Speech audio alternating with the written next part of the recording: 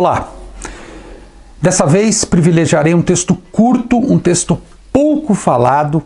que está presente num conjunto de textos chamados Artigos sobre a Técnica, da década de 1910 até 1920, na qual Freud articula e organiza uma série de textos que tinham fundamentalmente como meta apresentar ao mundo um pouco da técnica da psicanálise. Freud não era muito partidário de explicitar a técnica psicanalítica, ou seja, aquilo que de fato ocorria dentro dos consultórios, porque ele presumia que isso poderia causar um efeito ruim nos pacientes, não ajudaria, e ele também não acreditava muito em manuais da técnica para jovens analistas. Ele dizia claramente: quer ser analista, se analise, leia os textos teóricos, acompanhe os casos clínicos que são apresentados em grupos pequenos, enfim, um processo artesanal de construção. Mas, independentemente disso, começa a ocorrer algo,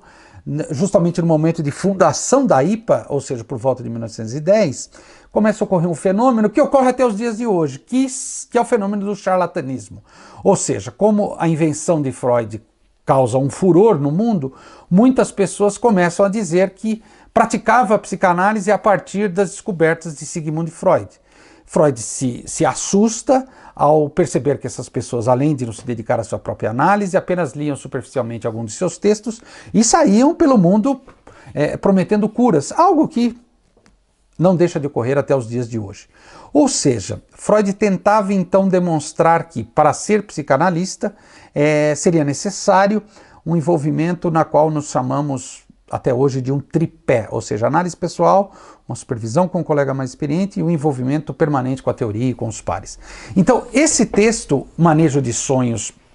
no Tratamento Psicanalítico, é interessante perceber como Freud apresenta alguns tópicos apenas, é um texto curto, mas que ele deixa nas entrelinhas o mais importante da interpretação dos sonhos, que é: quem sabe do sonho é o seu próprio sonhador. Algo que, obviamente, o Freud esmiuçou com muita propriedade em muitas mais páginas na interpretação dos sonhos, em 1900. Mas nesse pequeno texto que me chamou a atenção foi de que Freud, de alguma maneira, articulava todas as suas descobertas acerca do sonho, por exemplo, os mecanismos de condensação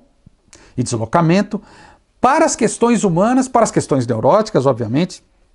para as questões de linguagem e, fundamentalmente, para o que ocorre dentro de um tratamento, ou seja, na seção analítica stricto sensu. Eu penso que esse texto possa colaborar para as pessoas no sentido de evidenciar, ao lado dos textos mais famosos sobre o início do tratamento, recomendações aos médicos que exercem a psicanálise, enfim, esse texto pode colaborar para compreender um pouco mais da posição de Freud sobre o que não fazer em determinados casos, sobre o que não fazer na interpretação dos sonhos. E, principalmente,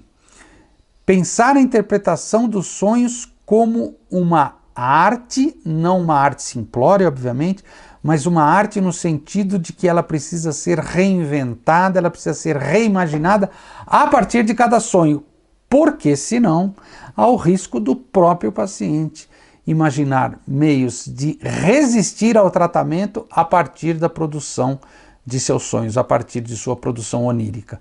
Portanto, é um texto que serve de alerta aos psicanalistas, um texto fundamentalmente clínico, que diz mais de sua enunciação do que de seu enunciado.